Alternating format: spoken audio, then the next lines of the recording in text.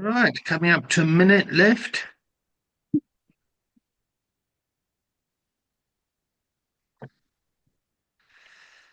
Okay. Powell. How did I say your name again?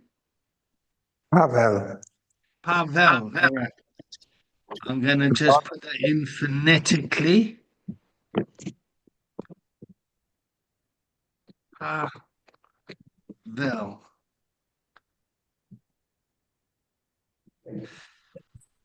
Okay.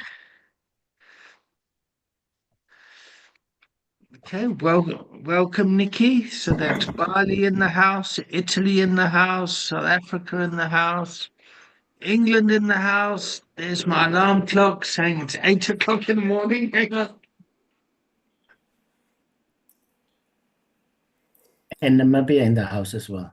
And Namibia. Thank you.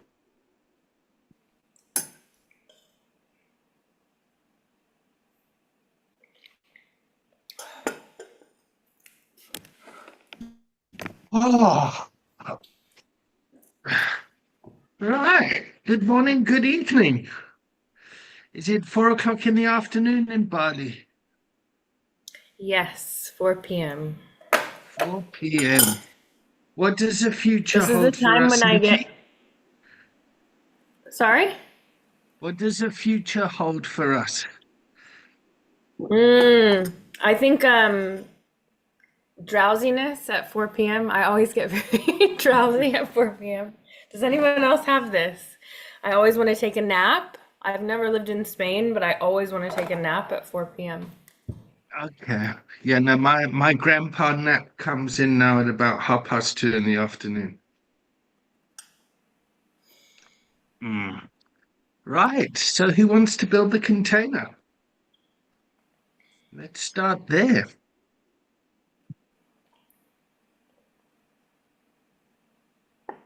Okay, so this is how it starts. You say, okay, let's check in. And then we go. Okay, let's check in. Yeah. Great. I I am feeling very emotional today, extremely emotional, sensitive. Um, Physically sore, but emotionally very sensitive. Yeah.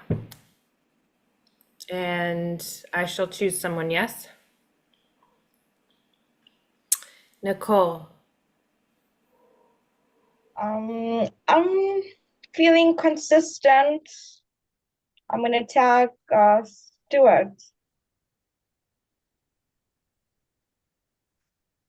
I am feeling impatient. All right. Good morning, everyone. I'm feeling optimistic, but also a little hesitant. But that's got to do with other stuff. And I'm tagging Gemma. Good morning, everyone. I am feeling rather exhausted, but very privileged. And I will tag KK.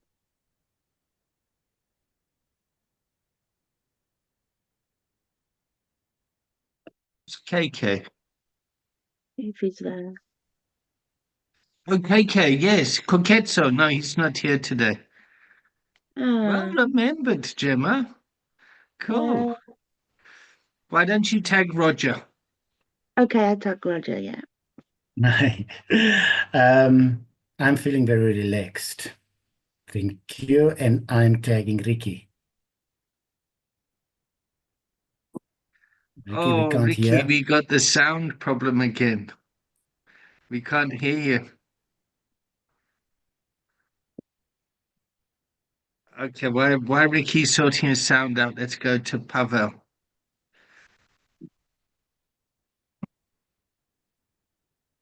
Mm, am I on?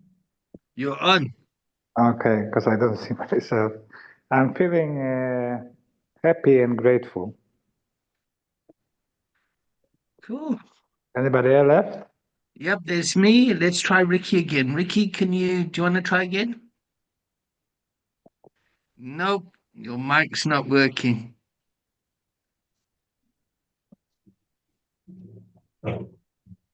So maybe down at the audio side, if you look at settings, maybe it's sitting on a Bluetooth device or something. So while you fiddle with your phone, I'm going to check in. I feel I have a little ball of anxiety here in my stomach. Oh God, there goes my alarm again. Hang on.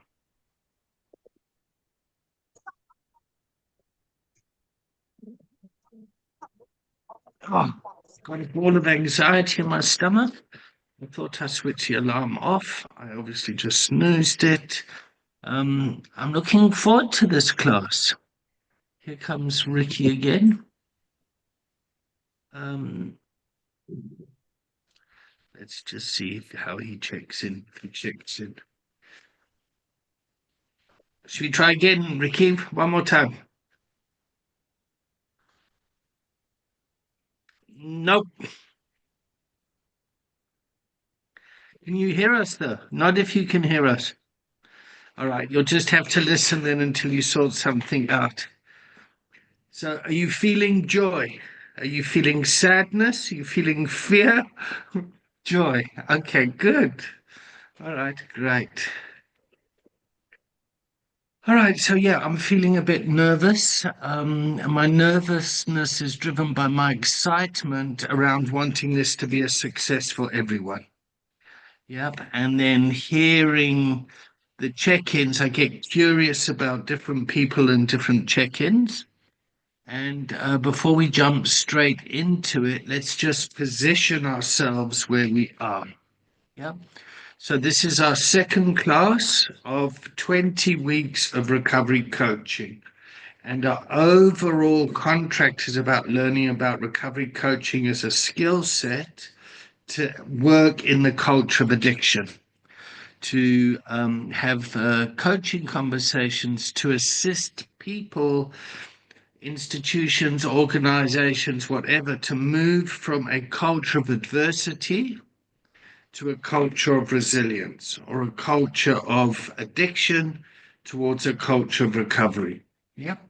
Last week we spoke a bit about addiction, and hopefully you'll all can remember that recovery, a culture of recovery, can be recovery from anything. So it might be drugs, alcohol, sex, food, work, whatever it is. Yeah. And hopefully that opened up the landscape for what recovery coaching is. Okay. So this is the second class, and we'll always start with the same thing. We check in, we contract, we create the container. So we're busy container building now. We're going to be going for 2 hours. Yep. And we'll have a break in about an hour's time. And if there's any outstanding finances or something, get those sorted out. And let's just move forward now. Yeah. So the next thing is the agenda. But before we go to the agenda, was there any accountability from last week? So was there any homework from last week? At the end of last week's session, we said, yep, Delray. David, you basically just asked us to go onto Marnie.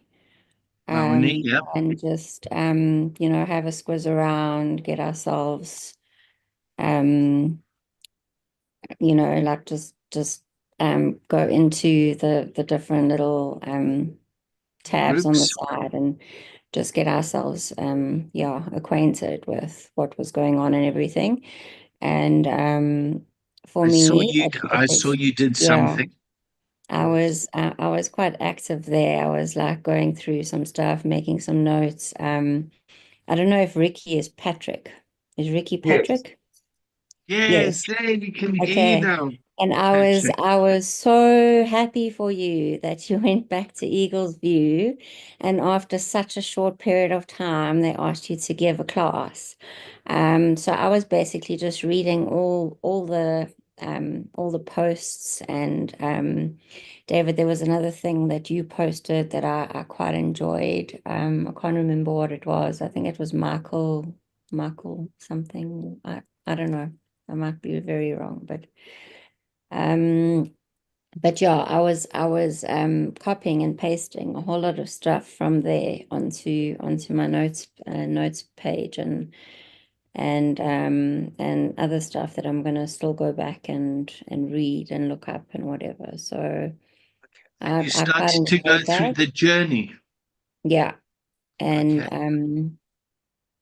and when I couldn't watch the video and I contacted you, yeah, I think it was like within 2 hours or so, you asked me just to refresh, and I refreshed and I watched those videos. So it's very informative.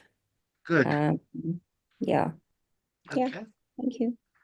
Patrick, Rick, would you like to check in now that we can hear you? Yes, I would love to check in. I hope you can hear me now. Yes, we can hear you loud and clear. My name is Patrick, aka Ricky, and I'm feeling content this morning. And I hope everybody had a very good week in their break and in their revision of the coaching class. Thank you. Okay. Good. All right. Was there any other homework? Oh yes, my experience in going back to Eagles View was actually quite great because, as I mentioned in my post, that one of the facilitators wasn't present at that point of time, and they asked me to do a group, and they just threw a curveball at me and say talk about surrender, and it was impromptu, but it was a very good session, and I really kept exactly what I was taught, what you taught me, and all of us on last week on What was creating that? Well, you taught us that you need to check in, create a container, and establish a contract. And that's exactly what I did. And and the time ran out, but they wanted to go on and on because I established the contract and everybody had a lot to say about it.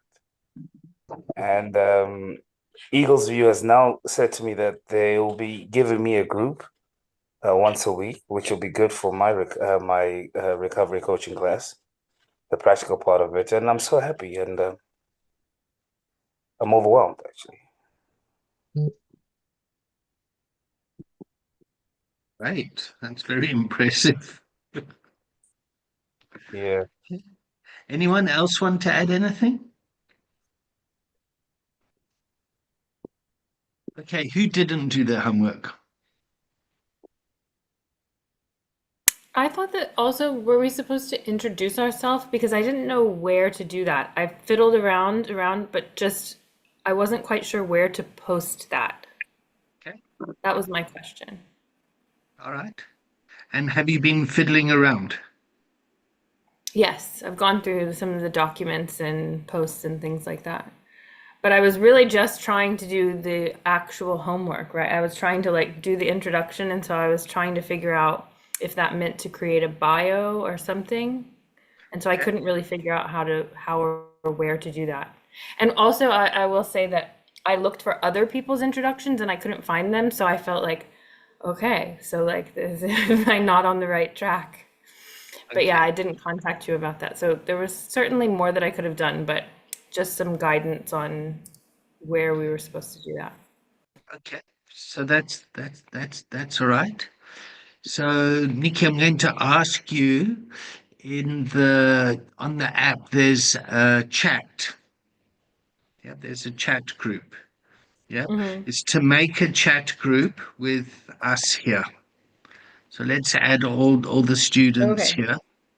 Because I was trying with the computer as well as And the did that app. not work?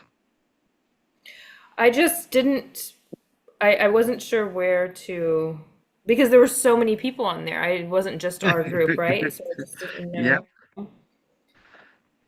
Okay, so you're saying on the app to create a group. Yep. Mhm.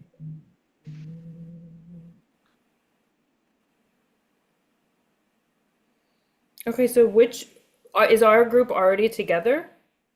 No, we'll make it now. Ah, okay. So I hope it works on the phone. Should. Let's have a quick look. And then we can start talking as a specific class and supporting each Maybe other. if I went to people. Yep. Where's my Hmm. phone? Oh.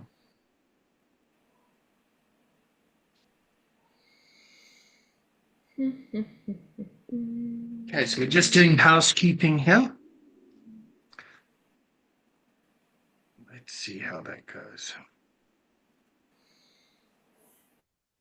So should I do it through people or through groups? Because if you go to groups, I don't see an option to make a group. There's just to create from the current groups or to go into the current groups. Let's have a look. What's your surname? Lesh, Lesh. L-E-S-H. I'd have to be an administrator or some kind of senior elevated privilege to be able to create groups, David. Yeah, let's have a look. So there's Nikki. Let's try Ricky or Patrick. And let's add Delray. Okay, and then add Paul. There's Paul, and then Stuart. Is it Kroll?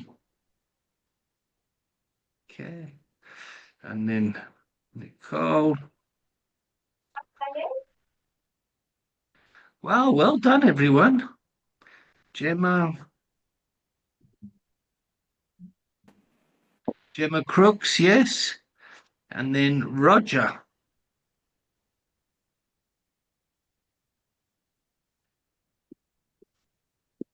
Bukes. Is that how you say it? Bierkes. Bierkes. Now that's embarrassing, huh? Bierkes. No. I mean, in England they say Bukes, but it's an Afrikaans, so you say Bierkes. Bierkes. Yes. Let's add Leanne. And who are we missing today? KK. Okay, Kristen. Okay. All right. So I know there's load shedding there. So we'll give benefit of the doubt there. What do you want to call this class? Let's have a name for this class.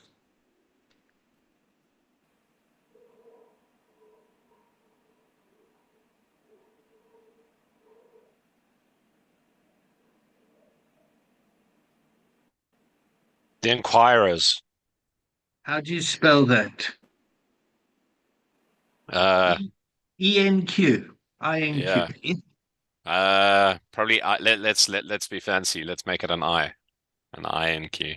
It's an inquiry, not an inquiry. The Inquirers. Yeah.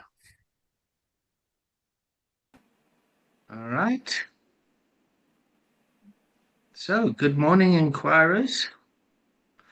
Let's see if that worked. Right, so we now have a group. Did you all get a message? Yeah. Mhm. Okay, cool. All right, so now we've got a container, a chat container. Great. So you've got the material online, which you have access to. You've got a little group to support each other with. Great. Let's get into business now. What would you like coaching on Well, I have today? one more question. Is there Sure. is there a WhatsApp group that we are supposed to join?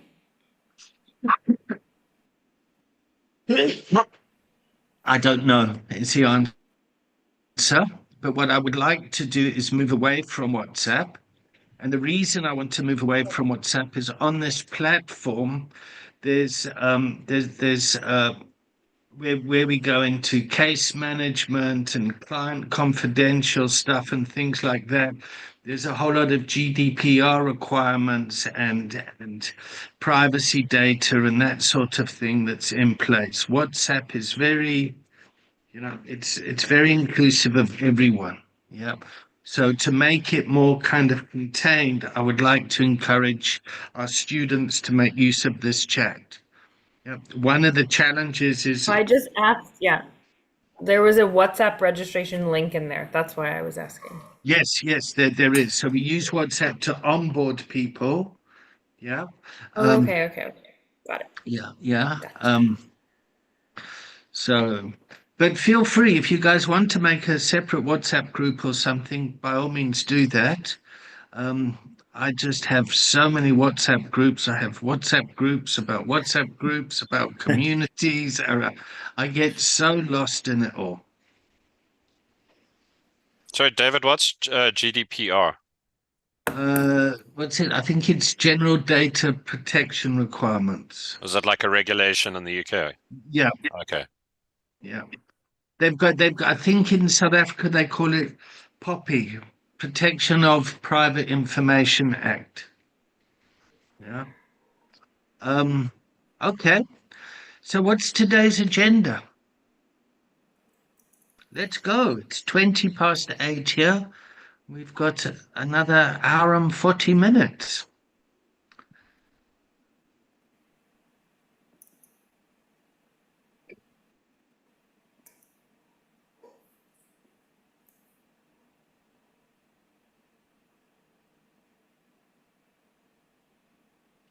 Okay, so while we're working this out, the agenda always comes from the client. So you sit down with the client and you ask the client what they would like to talk about today.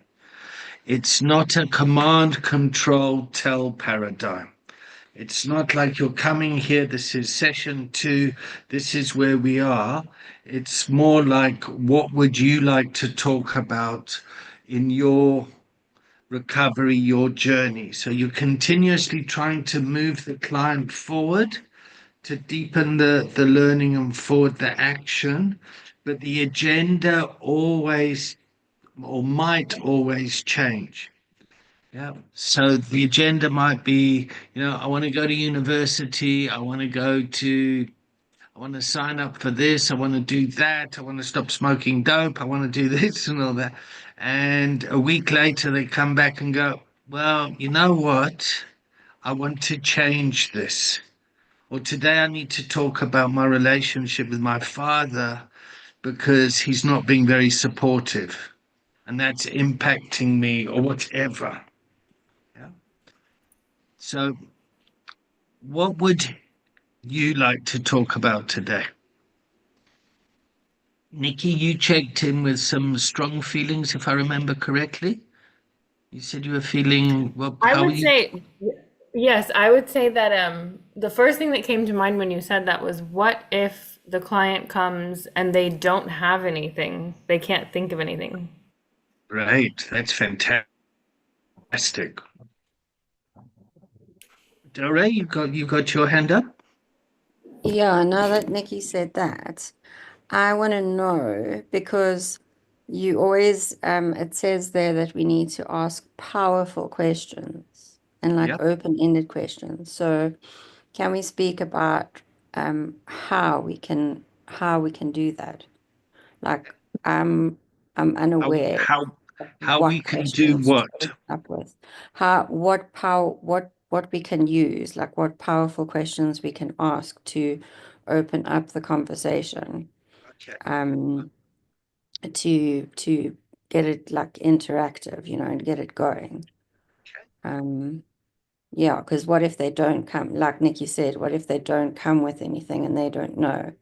Well, we're a bit like that now. We're a bit like that now. Yeah. That's part of the reason why I said it. Yeah. It's like, okay, fuck. What are we going to talk about now? There's no kind of topic, there's no agenda. What? Okay. And I saw Stuart smile there, and Gemma's up in the corner smiling a bit, and Nicole's gotten a bit more engaged. Okay. All right. So what is a powerful question? Well, I think, to actually connect it back to you asking me what I was like moving through, so to speak, or like what the emotions were coming from, I think that's a really great thing because since you're always checking in on an emotional level, there's always going to be something there. And to kind of like pull that thread maybe could be like an in. I feel like maybe that's the purpose of it, right? Okay. And then I see Delray's hands going up as well. So Delray's Because I getting a have a bit. but, because the agenda is not supposed to be about the check-in and the emotion. Really? Well, that's what it says in the notes. The book says it's in the notes. Yep, it's not about that. Okay, It's not, great. we're not supposed to lead on the check-in. Yeah, there needs to be a We're separate not call. supposed to. Okay, so Yeah. interesting language there. Okay, Ricky, you got your hand up? Oh, yes. I wanted to ask you, David, a question. If the client is being emotional and being crying, how do you handle that? How would you handle it? I would first ask them why they're crying and what is affecting them. And for them to cry, find out exactly what it is. And yeah, and then I'll get the response from there, and then I'll continue with their response. What's another question you could ask when someone's crying?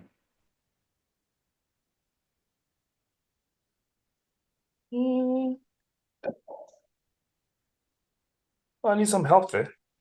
If anybody's on the floor there to help me out. Why are you crying? When did you start crying? How long have you been crying? How is it affecting you? What is the cause of your pain? Is it pain or what is emotional pain? So what happens to the container when I say, why are you crying? It becomes Why all you about cry? it becomes all about the crying. It's not Yep. that why are you crying is not an open-ended question. It's a very contained, limited thing. How are you feeling might be a better way to do it because then it doesn't focus on the crying part of it. They might not know why they're crying. Okay. So there might be a bioenergetic reaction of tears, but the person might be feeling angry. So, for example, I can get so angry and burst into tears. Does anyone Or else you get could, like that? or you could burst into tears of joy as well. Yeah. Okay. And when you said, why are you crying, Ricky? That triggered a defense in me and a kind of a shame because it's like as a young boy I would grow up and I can just hear my parents go, why are you crying? What No. now? Why are you? Yeah? Okay. If someone said to me like, so what are your tears about? Or thank you so much for showing me your tears. Where would you like to go? Okay. Okay. So let's just let's just slow this down. So we check in with feelings because the feelings are going to give us some direction of where to go. Now, a lot of coaching, transactional coaching, can be very like, what are your goals? Where you're going? What can be very transactional. Yep. And a lot of coaches have been trained not to go into the feelings. Oh, we don't do that. We don't. I'm calling bullshit to that. And I'm saying that we do go there because we want to know how the feelings are impacting a culture of addiction. Now, a lot of people would use an addictive behavior to try and manage those feelings. Would the container agree with me on that one? Yes, I agree with you. Is there a kind of a consensus here? Like, people feel happy, they want to celebrate, they want to feel happier by getting high. Yeah? You're feeling anxious, you want to do something to soothe that anxiety, to try and regulate. So a lot of recovery is stopping that behavior and then trying to build resilience around those feelings. Yes? No? Yeah. Yes. Okay. I've got a question, David. Okay, There's so a certain hang on. So Delray's putting her hand up. Do you guys know how to raise your hand on Zoom? Yeah. yeah. So just to try and bring some control in this, we can start to raise hands. Yeah. Okay. Now, How do you do it on Zoom? so there should be a under reaction, I think, under react. Okay. So we're Finger just up. still, there we go. So we'll go Ricky, we'll go Delray. And I just want to slow this down as well. We're still trying to establish what the agenda is. Yep. And we're exploring what open questions are and powerful questions are. Okay? And the overall agenda is to learn about coaching. Oh, I'm getting excited here. I can feel like there's lots here. Okay. So let's go to Ricky. David, I just wanted to further ask on that topic when I said the emotions of somebody crying. I remember when I was in recovery at Eaglesville, there was a group called P&D where the facilitator would ask you to share your consequence of what you did when you're in addiction. Okay. And most of the times people would cry. Yep. And we would try and comfort them as fellow addicts in that group session. And you would say, no, don't let them show their feeling. So do you do the same as the coach and let them express themselves, let them cry? And, when they finish crying and then you ask them the questions, what are your tears for? How are you feeling? So there's two things that get triggered for me here, Ricky. First of all, being in treatment is very different to coaching. Yeah. And my personal problem with the treatment industry is where people shame people into recovery, where people are used, where shame is used as a tool to try and get people to enter recovery. Now, the problem with that is the foundation of recovery is then based on shame, and it's quite disempowering. So P&D means powerless and damage. So share in your story how your powerlessness to addiction and the damage it caused. So to give you an example, part of my powerlessness caused my kids to be taken away and put in foster care. And that whole traumatic process deeply wounded me. Yep, it still wounds me. And this is like 28 years on. Yep. So the system and the way that we treat people, around this is wrong. Yep. So shaming people into recovery is the ethics of it, or the culture, or whatever. I'm really opposed to that. Yeah. I don't know how else to say it, because there's a corner of the market that works for, but the majority of people it doesn't work for. Yeah, and there's a lot of facilities out there that with their good intentions, end up abusing people. So I have some very strong feelings about it.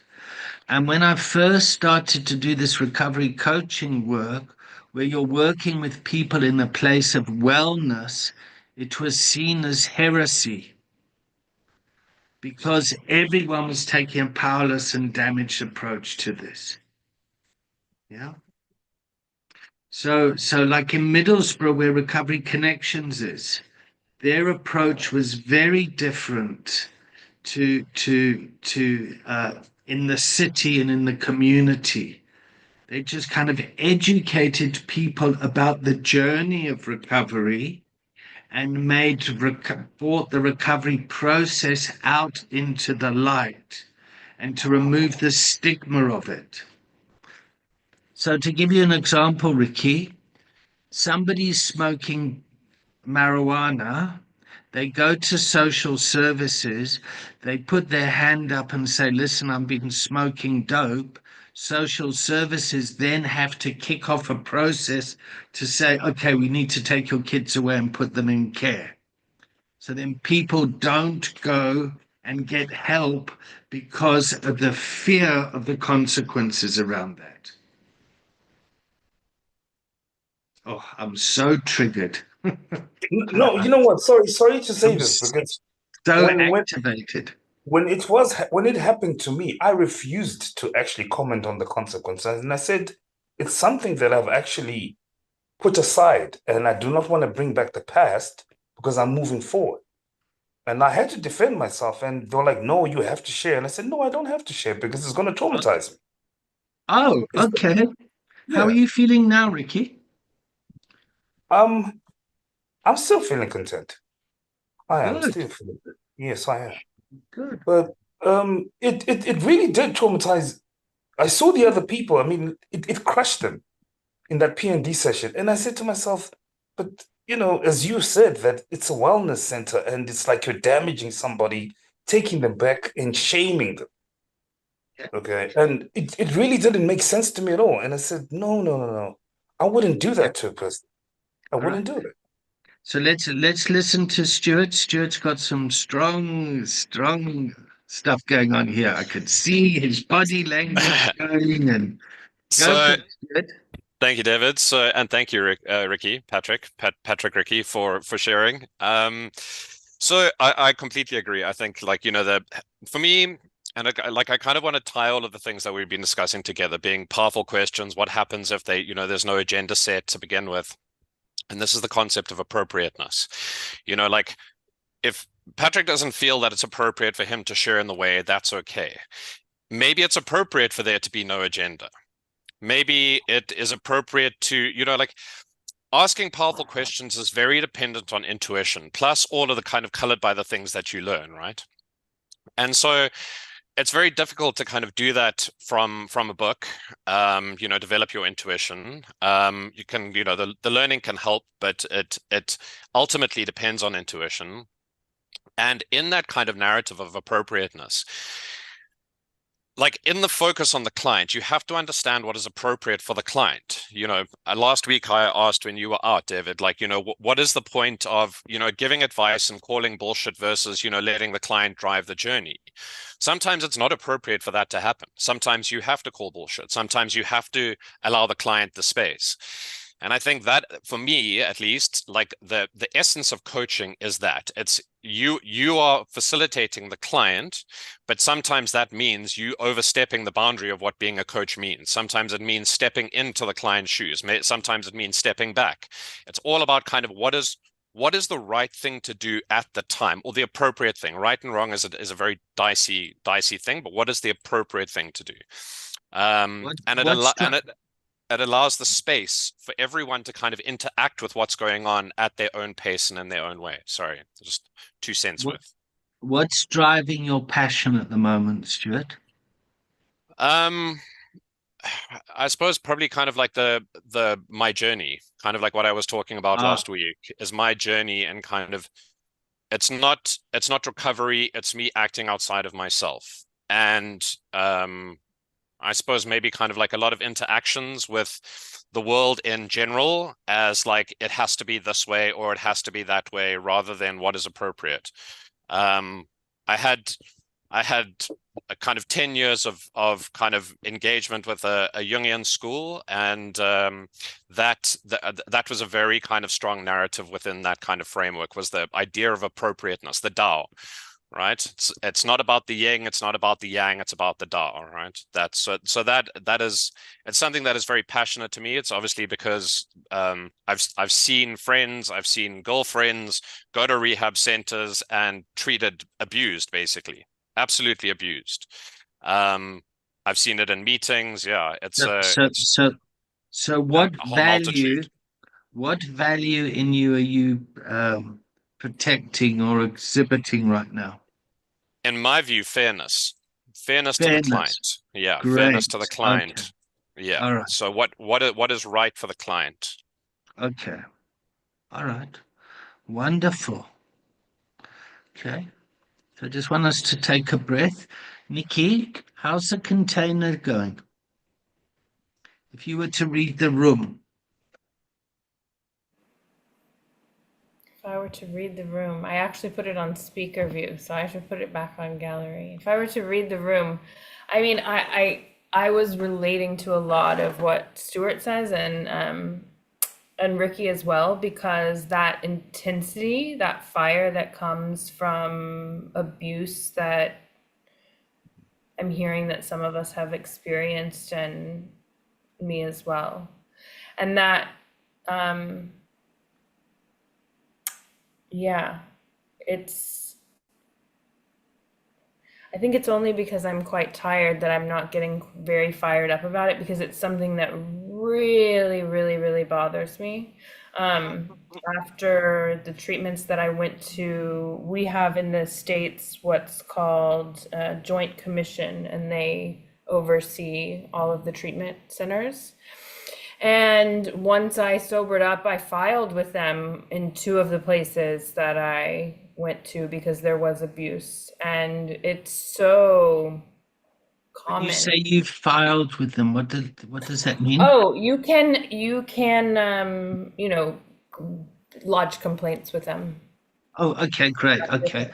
And what was Yeah. your complaint? Oh, so there were many, but the main, I wouldn't say the main one, but in both scenarios, there were certain people who worked there that were verbally and physically abusive. I mean, just outright. The thing that stuck out to me the most was this one person who used to be a nurse, and he ended up working at this treatment center. He was actually a lab tech, and he didn't have experience working with human beings. And he would always say, if we did something that he thought was wrong or were late, it didn't matter what it was, he would say, I hope you relapse, things like that. And there were a lot more things, not just that. And I laugh because this is my defense mechanism. You guys will get to know that. But it was really, it definitely, it affected me greatly. And I will say that it also, so for me, Stuart said fairness. And the thing that came to mind for me was trust, safety. Like, to create this safety with the client is so important. And that was what was taken from us when we had those, multitudes of instances of whether it's verbal, physical, like dragging people down the hall, that kind of stuff that people that don't go to treatment don't realize occurs. Because I think that to a certain degree, people think this day and age, nothing like that can happen, and it's just not true. Thank you. Oh, Pavel, I've got to ask, what happened to your nose? Is that cosmetic? Is that like kind of a style, or is that an injury? Actually, my girlfriend getting upset at me. Oh, it's for it's for breathing, like Oh, okay. Breathe throughout your nose, and breathing through out the nose is really beneficial versus breathing throughout your mouth. And my nose was broken so many times in the past that yeah, it really helps. Really helps get the aerosol. But everybody is asking me about this, all the Not time. surprised. Unless people are into breathing a lot, then they know what it Okay. is. So I What- recommend if somebody has any problems with breathing throughout the nose or snores at night, it's a very good thing to do. Okay. In Italy, you can buy it in every food store. Oh, wow. Okay. Okay, so yeah, I find this container very interesting, and what we are discussing, I'm putting into my own experience, and I said that I will try not to talk a lot, and rather to listen. But I think it's worth to mention that I am sober for 7.5 years, but I also run a addiction center here in Sicily for the past 6 years. I started with only 1 year sobriety, and and I was there, and we had hundreds of people. I founded it, and so I have a lot of different experience. And of course, when you're talking about being abusive in any ways, in my opinion, it's just a disaster. You cannot even make anybody want to get better if you abuse him. I mean, you just shut him down. So, but I'm feeling also very happy that after having all of these years of experience, I can just listen and then just be a part of the experiment. And I feel a little bit like a student, like I haven't felt in a long time. Just trying to waiting for somebody to just call me to talk, and that makes me nervous. But which is actually, I think, a good feeling to have. What Yeah. would make you feel safer? It's no. I'm feeling safe in the container. I'm feeling safe, and I'm feeling open. I'm really very grateful that I have so many beautiful people inside the container, and I feel that energy, yeah. And again, I try to concentrate during this training. I will say it again, to listen, not to talk, because I have a tendency to talk a lot, but when you talk, then you don't learn. Thank you. Well, how many languages do you speak? Okay, my first language is Polish, then I speak English a little bit, and I speak Italian, and then some Spanish, some Russian, some German. I speak just a few languages, yeah.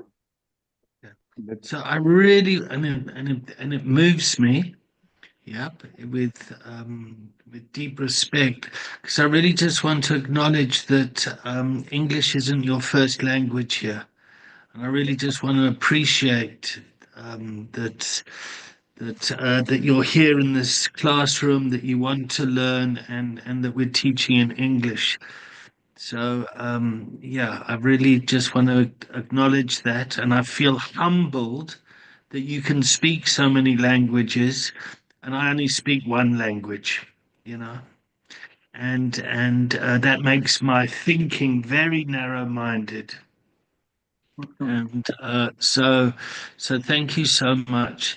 The other thing I want to say is when you were talking about running a treatment facility, and I was thinking, I had a bit of anxiety because I thought, oh my God, I hope.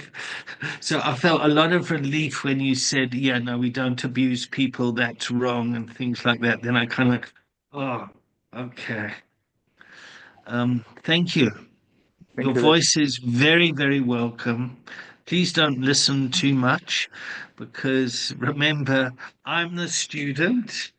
The coach is the student to learn from the coachee. Yep. So normally it's doctor patient, teacher pupil. Yep. Sponsor sponsee. In coaching, it's Here's the coach. Here's a coachee. I don't know the answer. How can I support you in finding the answer to your questions? Nicole, how are you doing? Are you in Rosebank? Good. Yes, I am. How's it going? Good. I'm just listening to everyone's inputs on this topic. It's a very sensitive topic. I think this container is covering a very, very sensitive topic because I mean, if we look at the bigger picture, when it comes to like facilities that do treatment and stuff, when people go there, they go there for treatment, right? I don't have much experience in it, but I'm sure that it's supposed to be helpful. But like people, when they go in there with all that trauma, thinking that they're gonna get help, it just all this experience just adds to that trauma. It doesn't help them. It just makes the matter so much worse. And I think so much people have such a bad experience in this area or this aspect.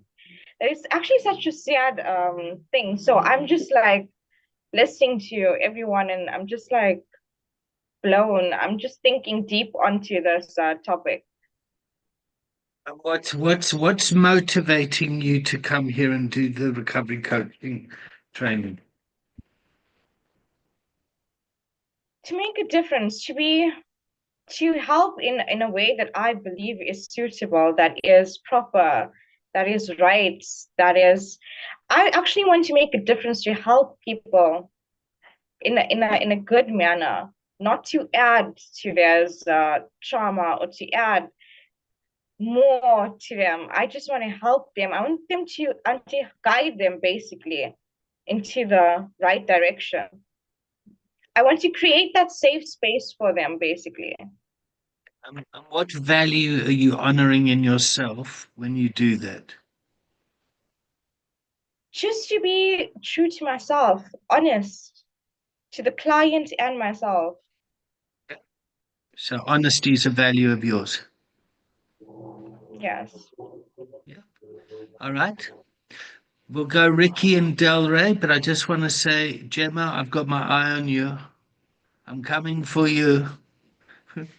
Okay. Sorry about the noise in the background. It's Relax. It's all good. the It's all drilling good. about the drilling. I just wanted to say, the reason I was asking these questions is after my group session I had last week, they all came up to me, the clients that were there, and they were like, Patrick, we like your style of coaching because you're giving us a chance of us to express ourselves because you've also experienced a certain journey that you've walked. And we can relate to you on that in what you're saying. So I just wanted to say, guys, I'm sorry I brought up this topic because I saw a lot of trauma, and people are now like, no, we like your class better because those other classes are boring. It's like you talk better and we can relate to you, that type of thing. So, Patrick, what you've done is you've taken your lived experience, and you've able to build rapport with your clients, and your clients seem to be doing well. Oh, I like your class, la, la, la, la. Your clients are doing well because of them. If your clients do badly, it's because of them. Be careful of the trap. My clients are doing well, I'm doing well. My clients are doing badly, I'm doing badly. So we're going to get more and more clarity of where the coaching role fits in with a multidisciplinary team. Okay. Okay, so just also, if you're working in a treatment facility and you're giving coaching, just watch for splitting as well, where the person comes along and goes, oh, you're so much better than them, and seduces you into that. Yeah. Okay. Let's move on, Del Rey. I've already forgotten half of what I was going to say, but yeah, this whole thing is it's quite difficult because I've been to so many rehabs. And I always used to think that the ones that were harder on me than softer on me were better. So And what is it about you that likes boundaries?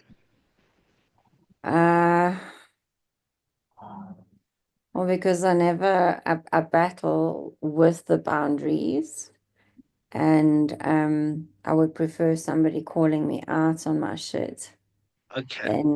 than not.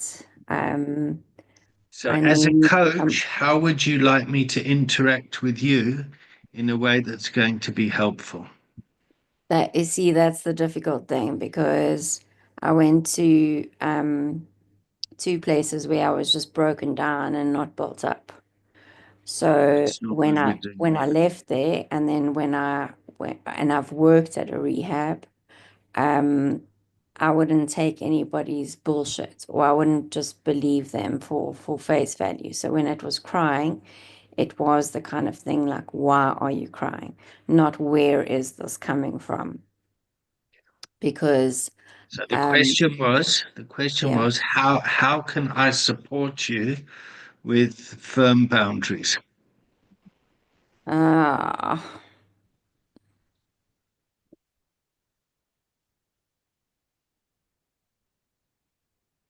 I don't know, David.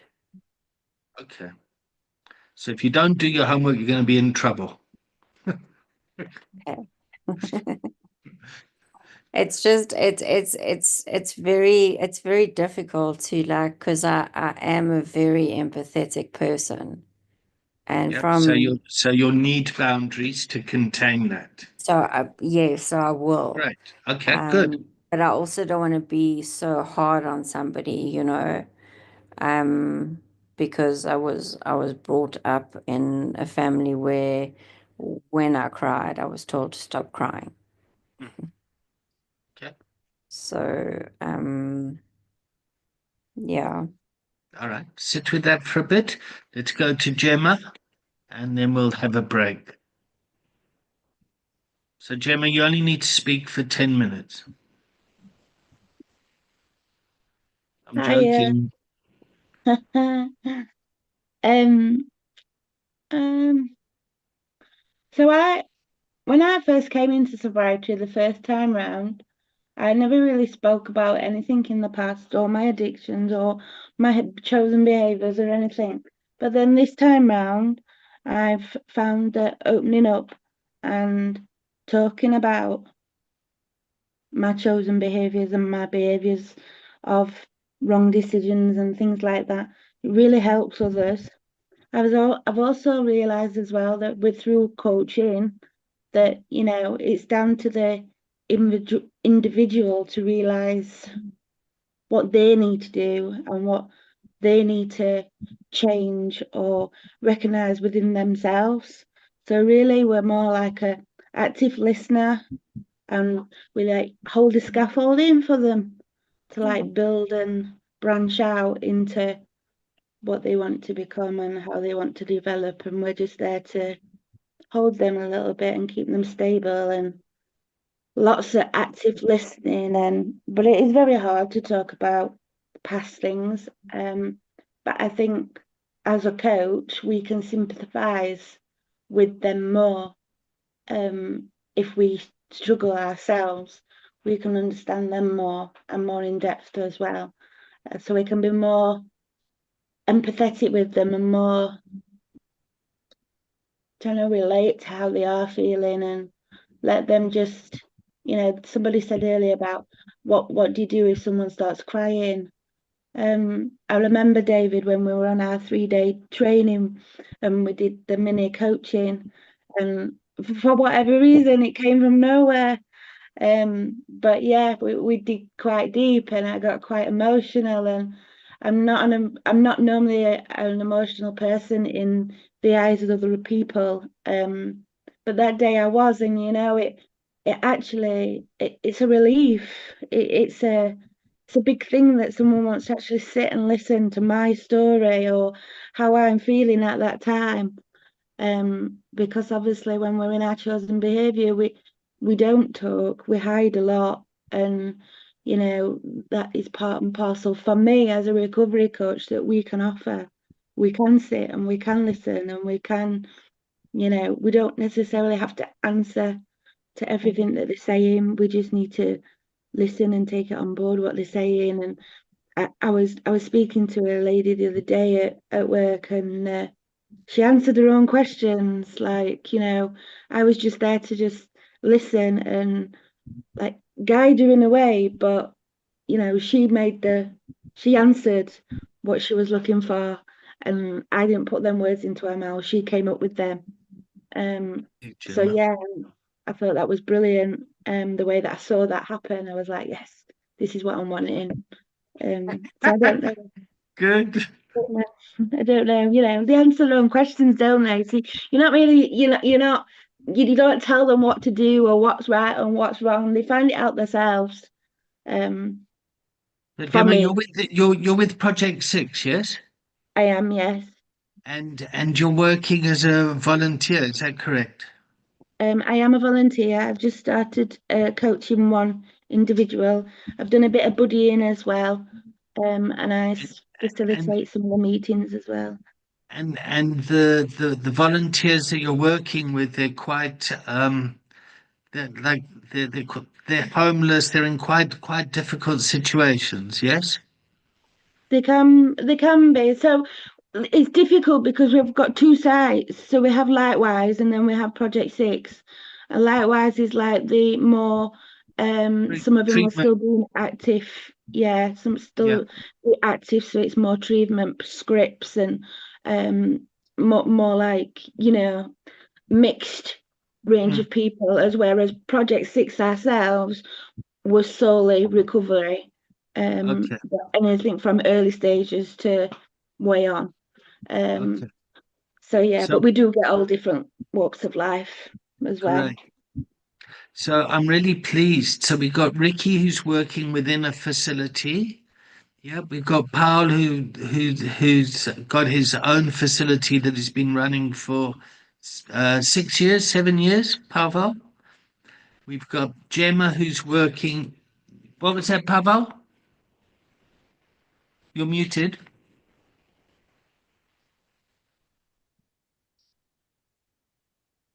Still muted. Yeah, There we go. it's 6 years, but at the moment, what I do, I stopped running the facility because, yeah, I got burned out, and I Yeah. work foundation, so we help young kids. We bring them to Sicily, the kids without parents, special care children, and then we teach them about emotions and then about addictions as well. But that's Right. Okay. Thanks. Cool. And Gemma's working with her population. Nikki's in Bali. Yeah. Stuart's had like 10 years of union work and that influence, and Delray's been through treatment and had some harsh experiences herself, which has been helpful. Is that right, Delray? Yeah. Nicole is just coming to kind of realize this and really wants to kind of help. And Roger, we'll find out a bit more about you after the break. Yeah. Okay. All right. Was that a good summary of the container so far this morning? Okay. Yep. So remember, we didn't have an agenda, and the agenda has emerged, and hopefully you're learning all sorts of stuff. So let's come back at 10 past the hour wherever you are. Does that work? That gives you 7 minutes. Thank you, David. It's a pleasure. It's lovely having you here, Gemma.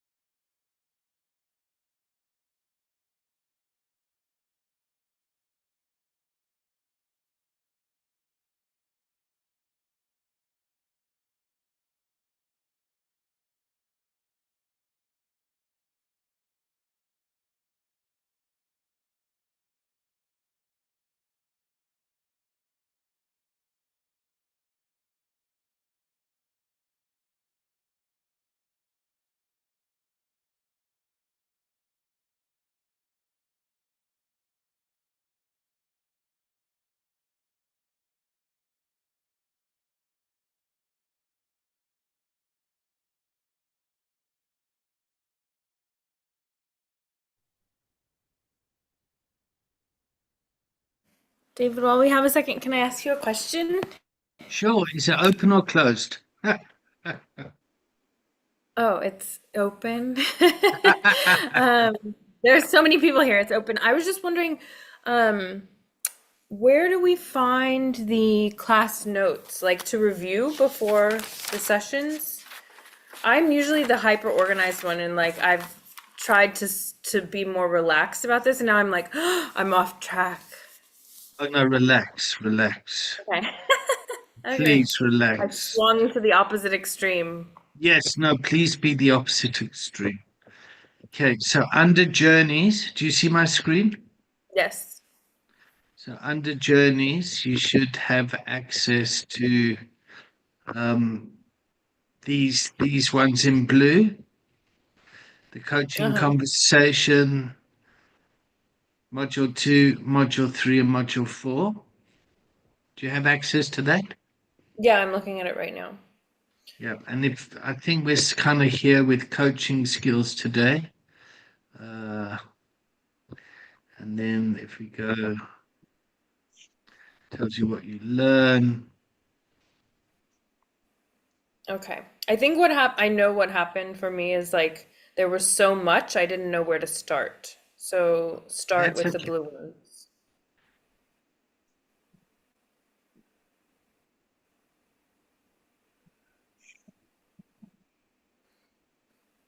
Cool. This answers it for me. Thank you. Right. So there's some examples of questions. What are your options here? What do you want to do in this situation? What do you feel you're faced with?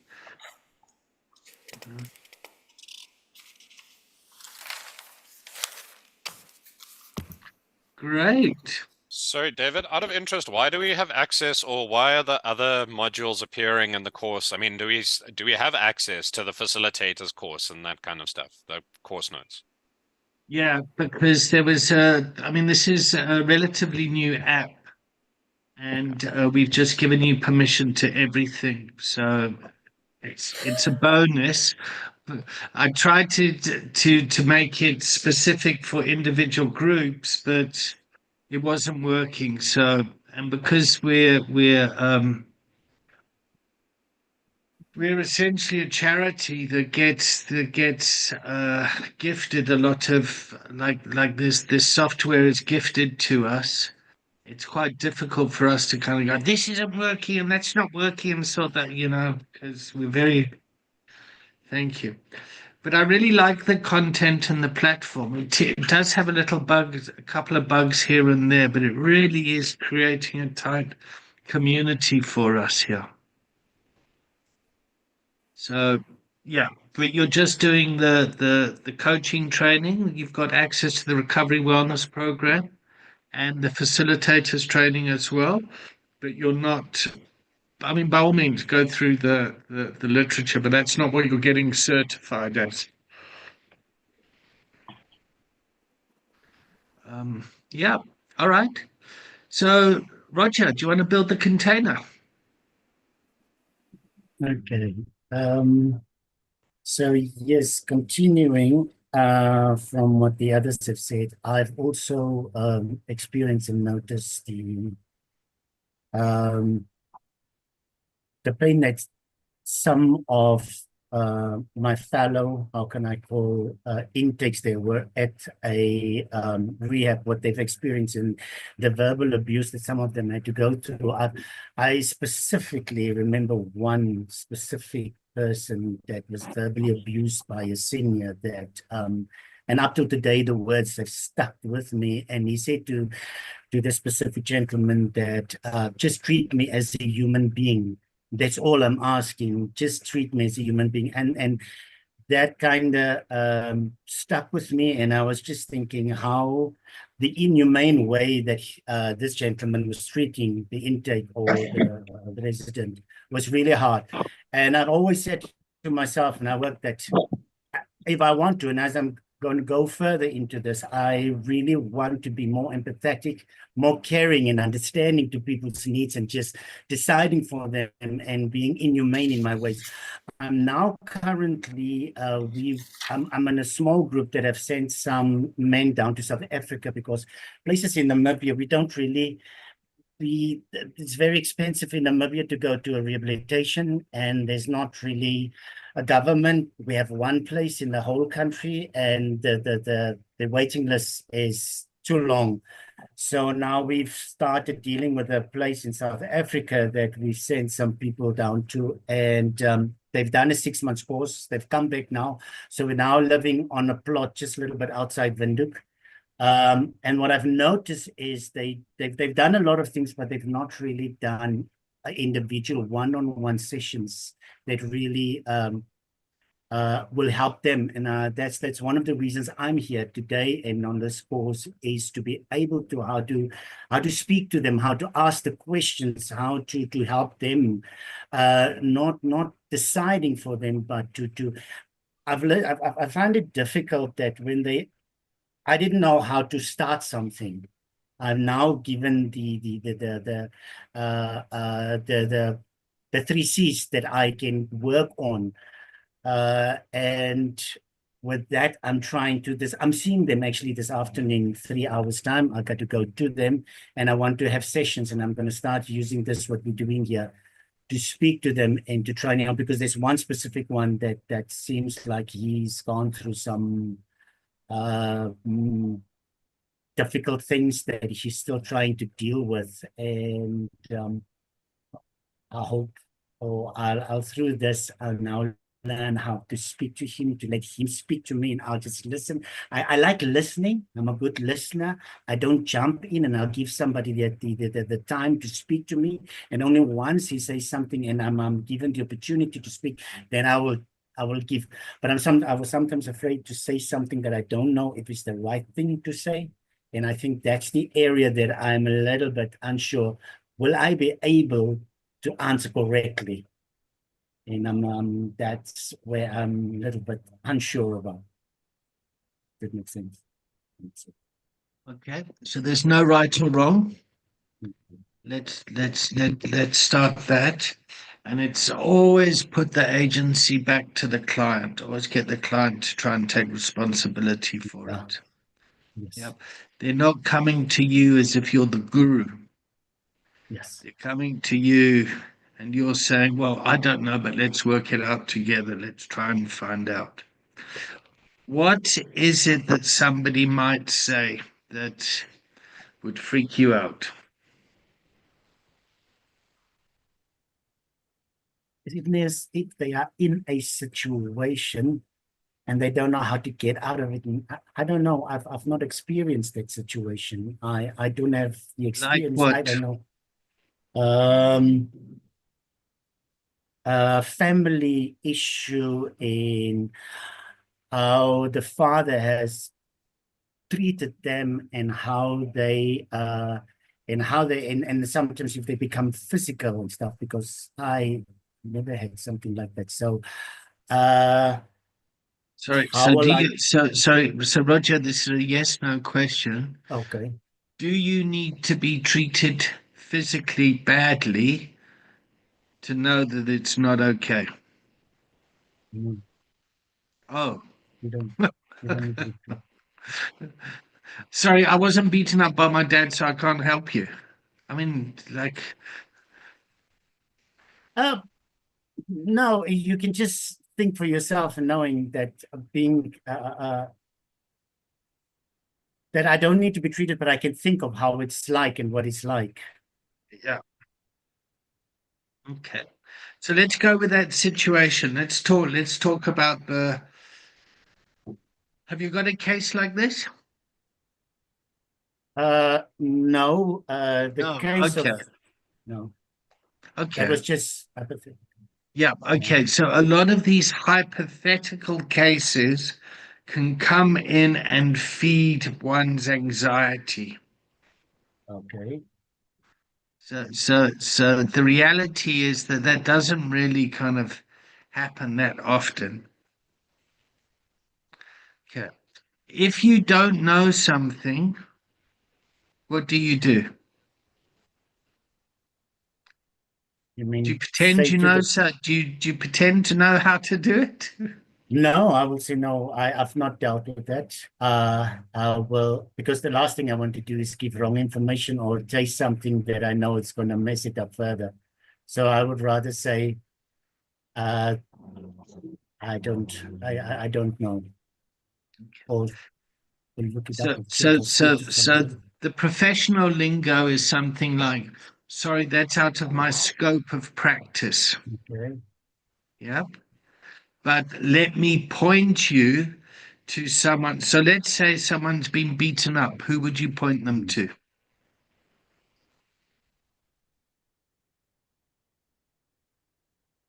Yeah. For help or to Yeah, yeah. you could Somebody even say to walks in. police. The police, yeah. Yes, Somebody's been police. beaten up. Not go to the police. They've come in, they've got a broken nose, and they're bleeding. What are you going to do? First of all, make a case. Go to the police. Let's start with that. Well, the first thing I would do is try and help the person stop the nosebleed. Yeah, yeah, that's true. That's Yeah, like, I'm not a doctor, but yeah. Safety's the most important thing, and if you're acting safely, you'll be okay. Okay. Patrick. Yes, sir. I was going to say, of course, social services. That's what I was going to say, and because it's a situation that is beyond my control. Now, it's not my expertise. Okay. Yeah, the abuse and everything is not my expertise. I mean, imagine if it's an 18-year-old, a 20-year-old, or a 16-year-old. You would call, the relative authorities that would actually deal with that. That's what I would. Yeah. Stuart. Thanks, David. So I mean, for me, it would. I mean, it gives you a golden opportunity to, just in terms of kind of if it is outside of your wheelhouse, it's a golden opportunity to build trust with the client by saying, I don't understand this, but you can share it with me. But I mean, in those situations, a lot of it is derived, like a lot of the result of it is like a feeling of disempowerment. And so by you potentially calling someone on the client's behalf is further putting them into a disempowered position. So obviously, if they're young, like a child or a 16-year-old, and they don't have the legal standing to be able to make those calls or the kind of emotional capacity to do it, that's probably right. But I mean, my approach to it would be like, explain, okay, cool, you've had this experience. We can talk about it, but my skills in terms of helping are limited. But I can help you set up a meeting with A, B, C, D, E. These are the benefits of A, the cons of A, the pros and cons of each one of these. This is what each one is going to do, and then kind of leave that decision up to the client, potentially, if they have the capacity. But then again, it goes down to empathy and what is appropriate at the time. If they are unable to make a decision because they are so wrapped up in their emotions, then maybe it is sometimes right to phone it on the client's behalf. But it's all about reading what's right at the time. But also just remembering not to further the trauma of the client that the client has just gone by further imposing a system or further imposing a feeling or something, or further acting on their behalf and putting them into a, disempowered position. So Roger, you came to see me today. Yep, you've got a broken nose. I'm glad your nose has stopped bleeding. What would you like to do now?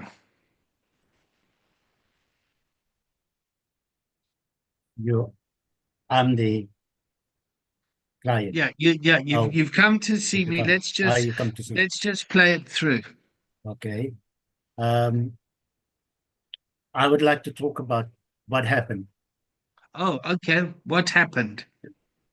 My dad and I got in an argument, and it got heavy, and he said something that I didn't like, and he's blaming me for something I didn't do. And then it just later on, we started having a serious argument and I really got furious and I just lost it. And we started fighting. I punched him, he punched me back. And I got to the point where I just realized that I needed to get out of there. And that's how I ended up with you. Came here for help. All right. That was amazingly well done, Roger. Is that a personal anecdote there? Cool. Okay. So let's go. Let me coach you for a bit, Roger. So first of Okay. all, thanks so much for coming here today. I'm sorry you and your dad had a fight. Just out of safety. Yeah. Where's your dad now? Is he? I don't know. I don't care. You don't know. You don't. Okay. You're really angry, huh? Because I was angry before. Yeah. Yeah. Okay. All right. Is your dad alive? I believe so, yes. I would Okay. think So you I- haven't murdered him. I don't need to No, kind I of don't. call the don't do my police or punches. anything like that. Okay. All right. No. No. Okay. So how do you think I can help you?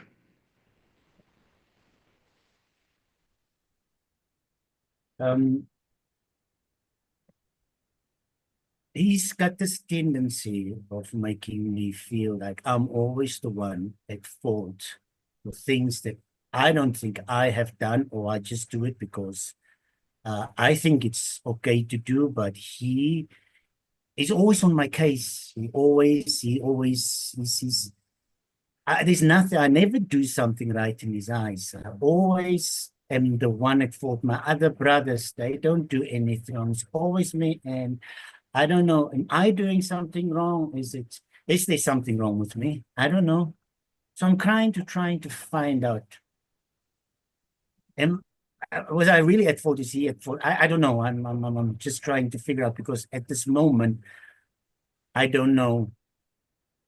And I'm trying to look for an answer when I don't have it. Oh, okay. So the question was, how do you think I can help you?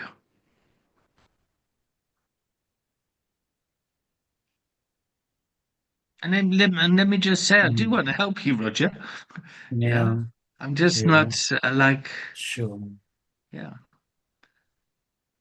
I think So I'm glad your bleeding has stopped. How's your nose feeling now? now it's feeling better now.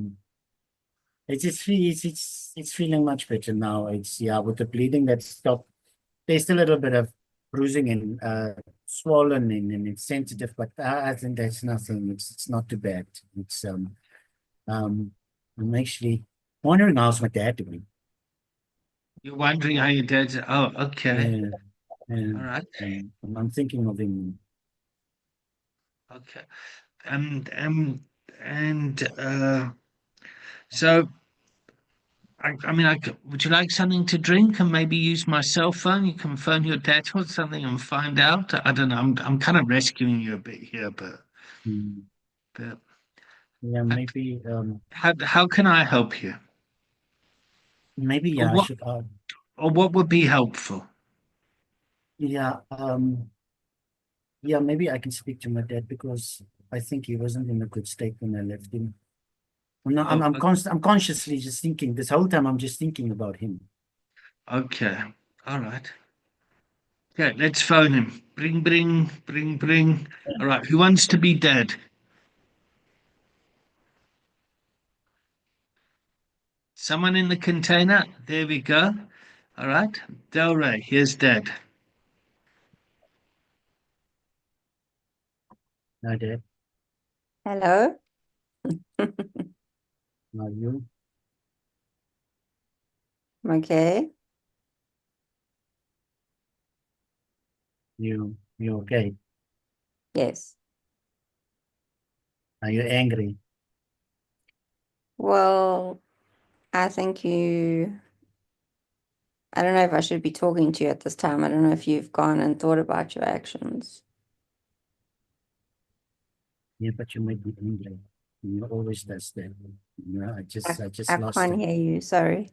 You always do that. I just got angry, and you always say things that makes me lose it. But I'm kind of thinking of you. I don't know why. I wanted to know if you're okay. I'm okay.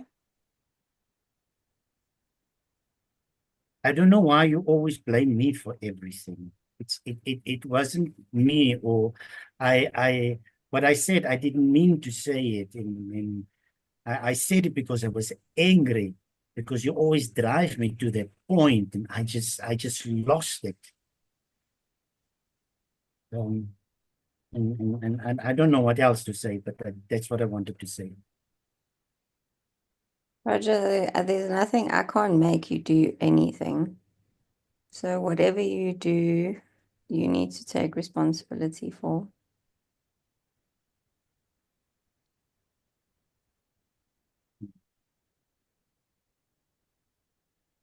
Yeah. Okay. David, sorry, I don't think I'm good for this as a father. Yeah. Say goodbye. Goodbye. Goodbye. Bye, Dave. Yeah. Hey, Roger, how did that go? Please. It was good to talk. Oh, okay. He's okay. Okay, That good. was important for me to know. And Me too. I feel a lot more relaxed now. yeah, it was nice. I think we most probably will talk more when I get home. Okay, I is it think safe we for you to need- go home? I think so, yeah. I think it was just a moment. This has happened before. I'm losing Okay. it. All right. Is there anything Yeah. else I can do to help you? Not at this stage, no. But I guess your Okay. door is open when I need to come again. Yeah, well, but there's a social worker I know. Yeah. Okay. That I'm going to give you her card, and you can go and, you know, set up an appointment if you want, because it sounds like you and your dad could do with some assistance in that stuff. Okay. I'll take it. I'll All right. give her a call. Thank you, David. All right. Will I see you next week? Yes. Yes. Okay. I want to see you Definitely. next week. I like you. Thank you. Thank you. I like you too. Okay, cool. Lekker. Okay. All right, man. Bye. Bye-bye. Okay, what did I do? I did some coaching there. What did you see? You allow me to answer, or you allow me to think about my actions. You didn't put words in my mouth. It's the Yeah. one thing that I noticed.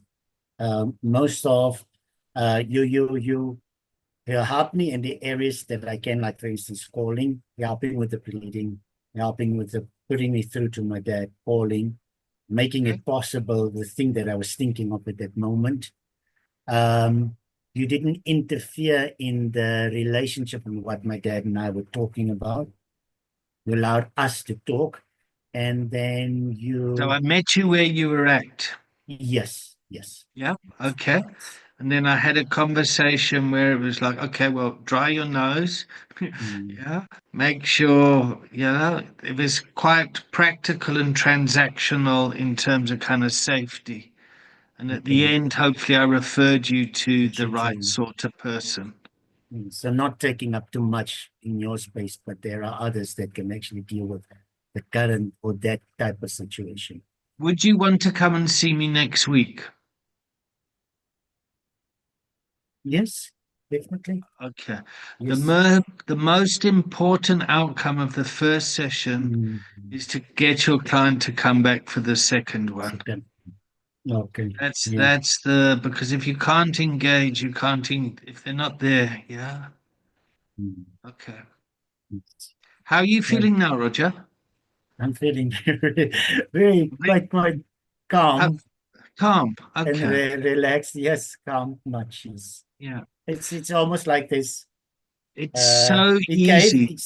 Yes, the actual hearing and the whole thing playing out. Now I'm thinking, okay, I can do it, because I was thinking I can't.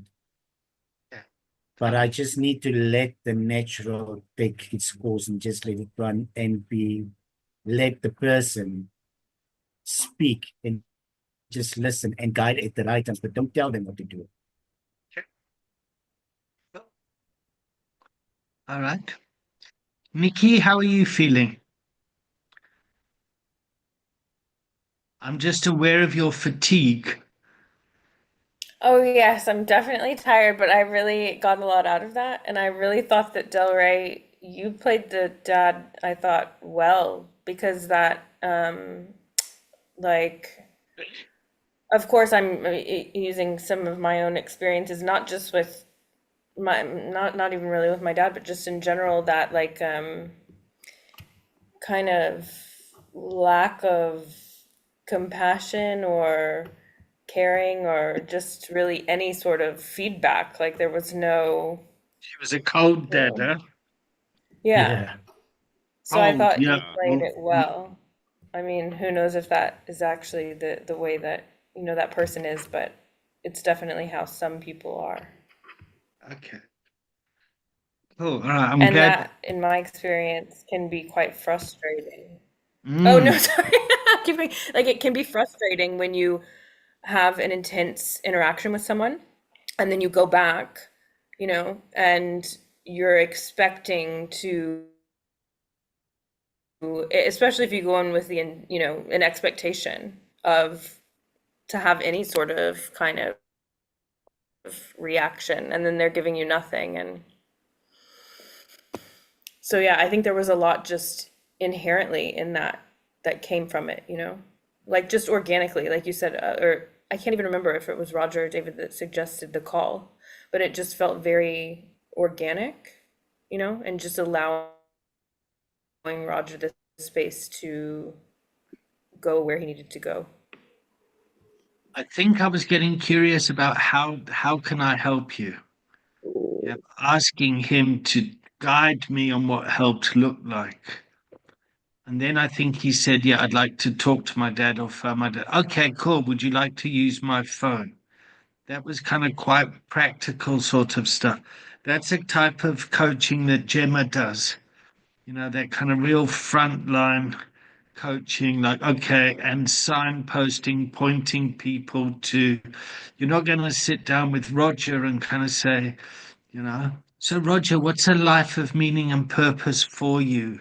You know, you know, what do you like? He's like just wants his nose to stop bleeding and yeah. So that would be kind of signposting, peer support, looking at external recovery capital that can assist in the family dynamics. I would certainly want to use in that family environment. Yeah. And for me, I would have thought just have him come back for a second session would be a great outcome. Something came up for me that was, I don't even know if I want to use the word triggering, but it's been frustrating in my own Right. relationship with coaches, which is there are many times where I don't know, like I don't have the answers. And depending on like what scenario it is and which coach it is, I've gotten very frustrated in the past because I'm like, please just give me at least you know, a list Some of guidance. Yeah. options Okay. of things to do, you know, and like, because I'm like, I'm here, like, I almost want to like shake them again, depending on what the scenario is, but I'm like, I'm here for advice, you know, like I'm here for Sure. different things. And What so, advice would you like? oh, right now, oh, let's not go into that. I mean, I'm on with my sponsor before this, so anyway, yeah, this has to do with the emotional stuff that's going on with me. But when you were very like, I almost feel like it's this is a reflection of something going on with me, but like I feel like it's like a guarding almost like when you're like, well, what can I do for you? I've heard that from coaches a lot, like, well, what can I do for you? And I'm like, damn it, you tell me, you know? And so it can be very triggering for me. And like, I have noticed it in myself when people come to me and they ask me for help, it's very hard for me to not give advice. Why? A lot of it has to do with I'm always looking for advice, you know? And so, how has that gone for me? Well, what happens, I'll share. What happens is then that person, depending, then starts asking for more advice and more advice. And it really, you know, it just cuts them off at the knees. And so they'll like keep coming back, like, well, what do I do next? What do I do next? What do I do next? And so this has been something that I still haven't perfected as far as learning my lesson, but that has been very difficult for me because I am a person, you want to call it empath, you want to call it, I always want to help, you know? But the way in which I have helped in the past, I have watched it and seen it. Sometimes it can be helpful and sometimes not, but it definitely creates a dependence rather than an independence, and that's what I'm trying to get at. Yeah.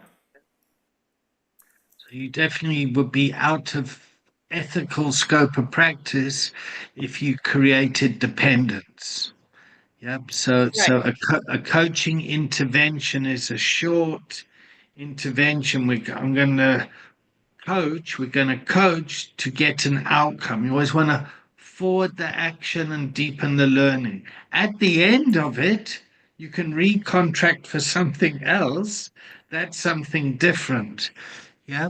But and I think in the therapeutic world, there's a shadow that does create dependency between the therapist and the patient, where they can be in therapy for years and years and years and years, and there's a business transaction that happens, which I feel personally could be prone to unethical practice. Yeah. And there's a whole lot of other ways of looking at it. You know, it takes time to repair and all this sort of stuff and different, but that's for those clever people. We're just hearing coaching with stupid. Yep.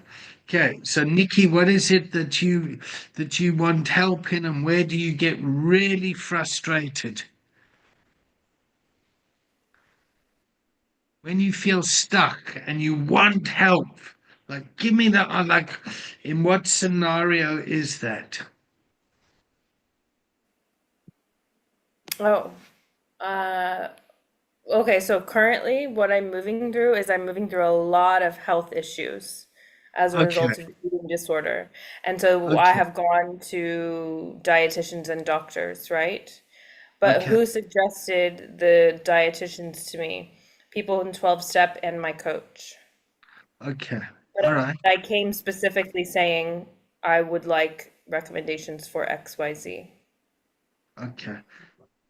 So I think this actually goes back to what I was going to mention is that for me, it's really important, and I said this in our first call, it's very important for me to make it clear within myself the differences between coaching, the differences between counseling, the differences between sponsorship and all of these different roles, because I plan to be a counselor in the future. This is a coaching container. So like I'm wearing a lot of hats, and so to make sure that I have the correct hat on in any scenario is important. Right. Okay.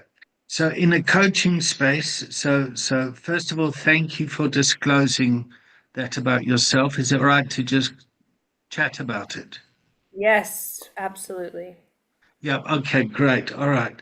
So, yeah, my daughter struggles with an eating disorder. Yeah, and so when you've shared that, it's like straight away it's like, oh, okay. My father, the father-daughter relationship comes into the room for me. Yeah. So I just want to kind of put that out there because I've no idea who you should be seeing now, like a doctor, a dietitian, things like that. That sounds like good practical advice. Yeah. Um, I feel quite sad when I talk about my daughter. Sorry, so I've just been activated by this. And I think for me, it's like I really want to be able to help her. And then my hands feel so tied. and I can kind of get frustrated as well around that. Um,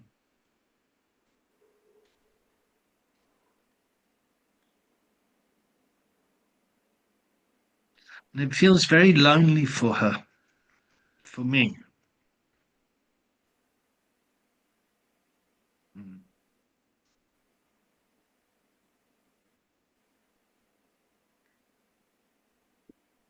I'm really pleased you're doing this training, Nikki. Really pleased. Me too. Can I ask a question? Please do, yeah. When you said it feels lonely for her, for me, you experience her being lonely, or does she say she feels alone? So my relationship between me and my daughter feels lonely. Okay. Yeah. Thank you for clarifying that. Because you can't help, because you don't know how to help, because you don't know what to do. Like what drives that feeling? Well, I think what's been activated in me is like Nikki's, which she mentioned, the frustration, like wanting to ask for help and all that. It's like I kind of related, and I'm relating my own kind of lived experience here, working in what's the correct term? Eating disorder recovery, disordered eating recovery, recovery Yeah. around food. Like, you know, it's such a difficult subject for me and her to talk about. It's like it blows up. It's like, you know, we don't know how to, I don't know how to navigate it. She like it's yeah. In fact, I feel like a bit like So Roger's dad. yeah, so interestingly, I had a conversation with my dad today, and Oh, he like it is, I mean, it's hard for me because I know I need with my dad because he is an alcoholic. I've had to have a lot of boundaries, and I've only in the past, I'd say year or so, have started to disclose things about being in eating disorder recovery with him. And you know, the reason why I want to work in eating disorder recovery is because there's such a lack of education. So, I mean, you have some way beyond what most people have. So, as far as my experience with him, you know, I notice that he will go silent a lot because he doesn't know what to say. And I see this very like fearful nature of not knowing. And so it's so challenging. For so many reasons, but it's like I guess my experience just from today, like I felt so much compassion for him, you know, because I knew that he wanted to help. Like I'll tell you verbatim what I said to him. I said, and this was over text, I said, I can't imagine how hard it is to have a child that goes through these things. And then I was like, now I've lost sight of my own problem. Like I'm trying to now comfort my dad, which we can go into the whole, you know, me parenting my parents thing. That's another, you know, thing that's at play there. But I relate to like, as you were reflecting on that, like it was interesting for me to hear your side of it because it's coming from someone who has more education in these areas and still feeling kind of what I heard, I think is kind of like you felt like a powerlessness in that context. And it's helpful for me. I think that this is like a God shot right now that we are even having this conversation in light of what has happened today. Having that conversation with my dad, these are such complex and challenging things, especially the eating disorder recovery. And I really appreciate you sharing what you've shared. So thank you. okay, so let's just zoom out quickly and let's just tap our heads and come back to students learning about recovery coaching. There were two very different cases in the room now. Yep. One is a father and son fucking each other up, and the other is a father-daughter relationship around disordered eating, which is way more complex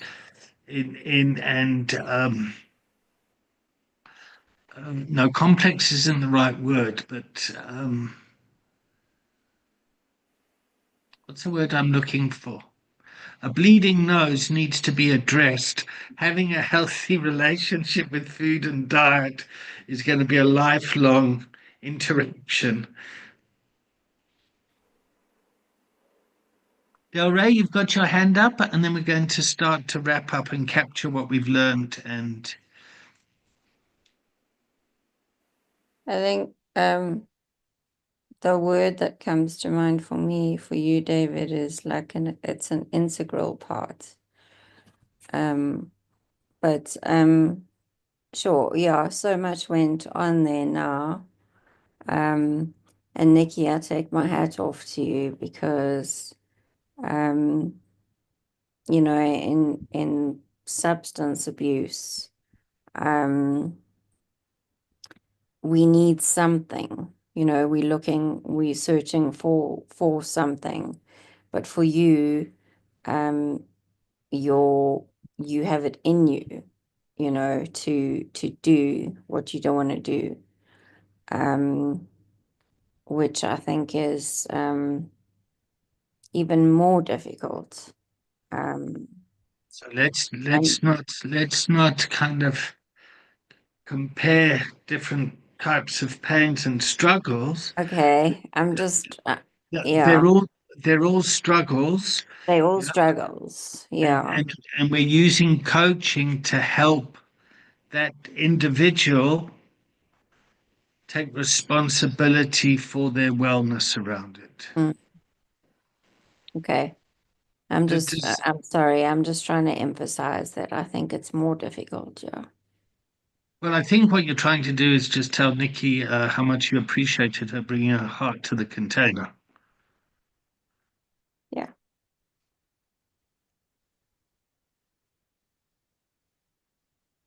Okay. Right, so let's start the checkout. Who wants to go first?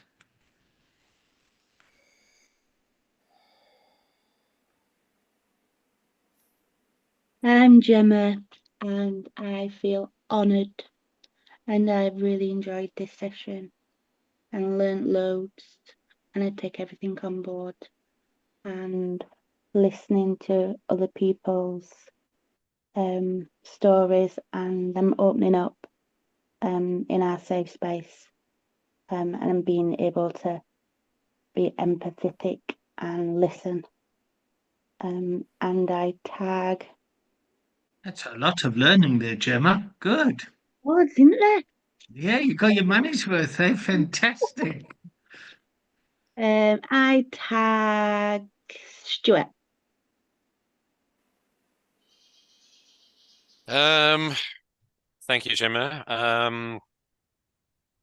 Yeah, I'm feeling inspired. I also enjoyed today's session. That's yeah, it's nice to talk about this kind of stuff. Thank you. I will tag Pavel. I feel contained and grateful to be a part of the container.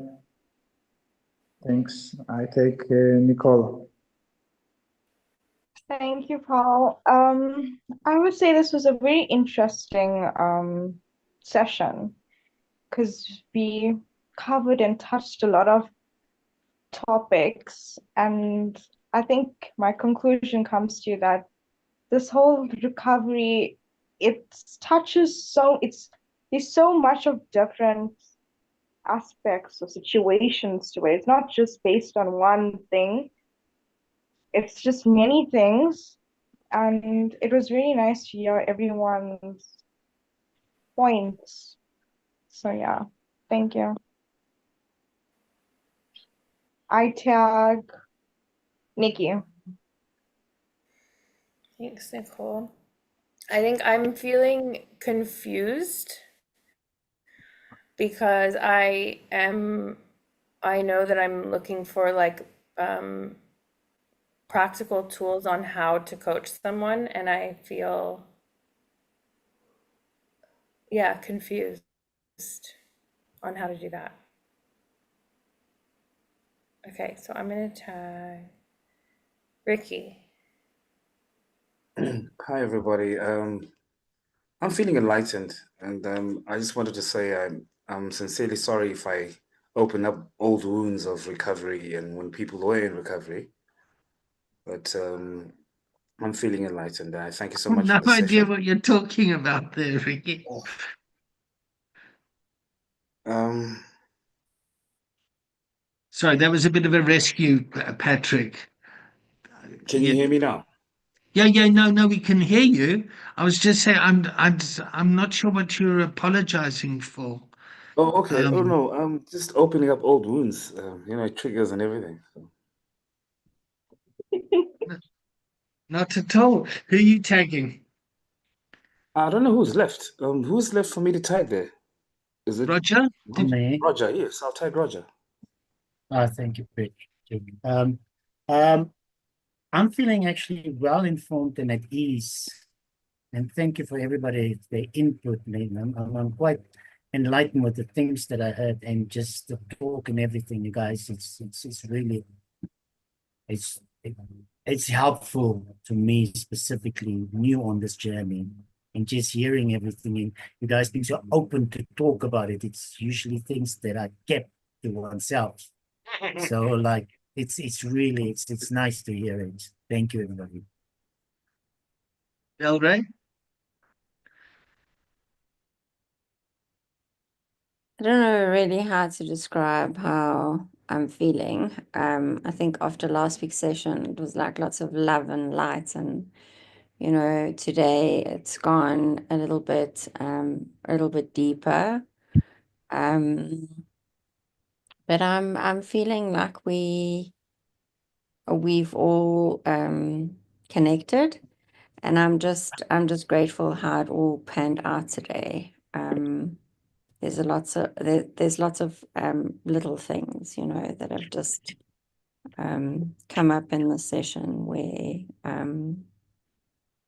it's just all like interlinked, and just feeling grateful. Thank you, David. So just remember, we're here on a training, and we're here to learn the theory, the practice of coaching, and these classes often take us through the process. Yeah. So there's lots of trainings out there that'll just do theory and no practice, or they'll just do practice with no theory. Here we're trying to manage it all together and go through the process of it. Yeah. So when Nikki mentioned her relationship with her dad, and that put me in my process of my father-daughter relationship. And there was all sorts of stuff there that I had to self-manage. Yep. And I'm conscious of that. There's a lot of people out there that are completely unaware of how their stuff comes in. So a lot of people might treat people badly in treatment centers because they haven't processed their stuff around it. Does that make sense? Okay. Thank you all. I look forward to seeing you all next week. My next person is waiting. Talk on the Thank chat. you. Do you want any homework? Go through the content. There's your homework. Okay, Thanks, David. Bye. Thanks, David. Bye. Bye. Thank Bye. you. Bye.